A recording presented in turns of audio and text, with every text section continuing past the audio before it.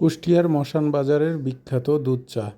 যদি খেতে চান চলে আসেন, সম্পূর্ণ ভিডিও দেখতে হবে, লোকেশন বলে দেওয়া আছে। ধন্যবাদ সবাইকে, আসসালামু আলাইকুম।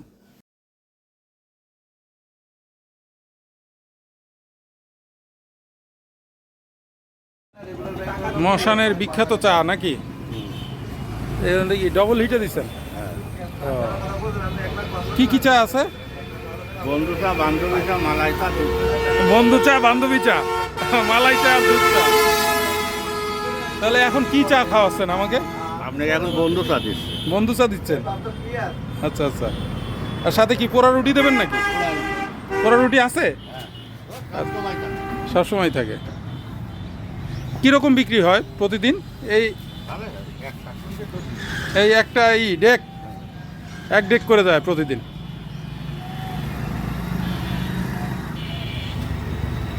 মশানের বিখ্যাত চা। ওয়াও, ঠিক আছে, এই দেন পোড়া রুটি।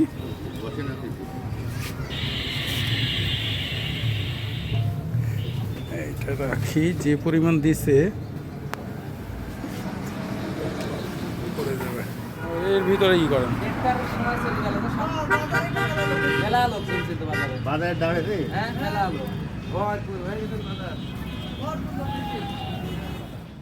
চা রেডি করা হয়ে গেছে, এখন রুটি পোড়াচ্ছে। এই যে চুলায় একটু চিনি দিয়ে নেয়, তারপর এই যে রেখে দিল, এরপর আরও একটা রুটি পোড়ালো। এরকম 3টা রুটি পুড়িয়ে দেবে। টোটাল বিল হয়েছিল 60 টাকা। তো আপনারাও চাইলে এই যে কুষ্টিয়ার মশান বাজারে চলে আসতে পারেন এই চা খাওয়ার জন্য। চা রুটি দেওয়ার পরে এই যে ফাইনাল লুক দেখেন, কি পরিমাণ শর্ট ছিল চায়ের উপরে। এই যে আমি রুটি দিয়ে চা খাচ্ছিলাম। তবে একটা জিনিস খেয়াল রাখবেন, এইটা ডাবল হিটের চা, আস্তে আস্তে একটু ঠান্ডা করে খেতে হবে, নইলে কিন্তু জিহ্বা পুড়ে যাবে। আস্তে আস্তে আমি খাচ্ছিলাম খুব সাবধানে, ফু দিয়ে।